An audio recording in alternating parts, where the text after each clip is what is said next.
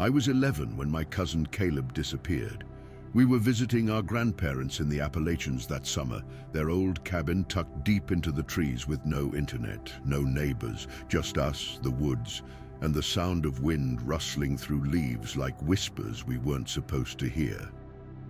The land had history, my grandpa always said. Old things walked it long before people ever did, and they didn't take kindly to being disturbed. One evening, right after dinner, Caleb ran out into the trees. He was chasing a deer or maybe a fox, we couldn't tell. I shouted after him, but he didn't come back. It wasn't unusual for him to wander, but as twilight deepened into night, my grandparents grew worried. Grandpa searched the woods with his flashlight, calling Caleb's name until the sun vanished. But the dark out here is different. It eats your voice, swallows it whole. We never found him. No blood, no tracks, nothing. For a long time, they thought he fell down a ravine or was taken by a wild animal. But there were no signs of a struggle, no scent trail for the dogs, just absence. My family fell apart after that. Holidays grew quiet. The woods stopped feeling magical. 10 years passed. Last summer, I returned to the cabin alone. I needed space from the world. The city had worn me down, and I thought the quiet would heal something.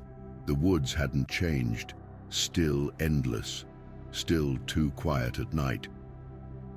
The third evening there, I went for a walk along the ridge, retracing the old trails Caleb and I used to wander. Around dusk, just before the sky turned that deep blue, I saw movement ahead. It was a boy, shirtless, dirty, thin. He was standing at the tree line, back facing me, looking into the woods. "Caleb?" I said it without thinking. The name just slipped out. The boy turned around slowly. It was him, exactly as he looked when he vanished. Not 10 years older, not a day.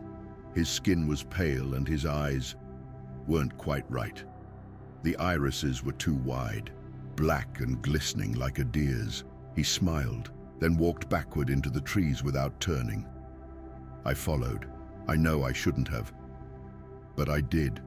The deeper I went, the stranger it got.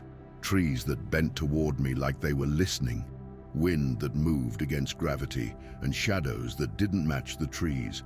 I found a clearing full of broken branches arranged like ribs. At the center, Caleb, sitting cross-legged. He didn't speak, but I heard him. Not in my ears, in my head. It took my shape.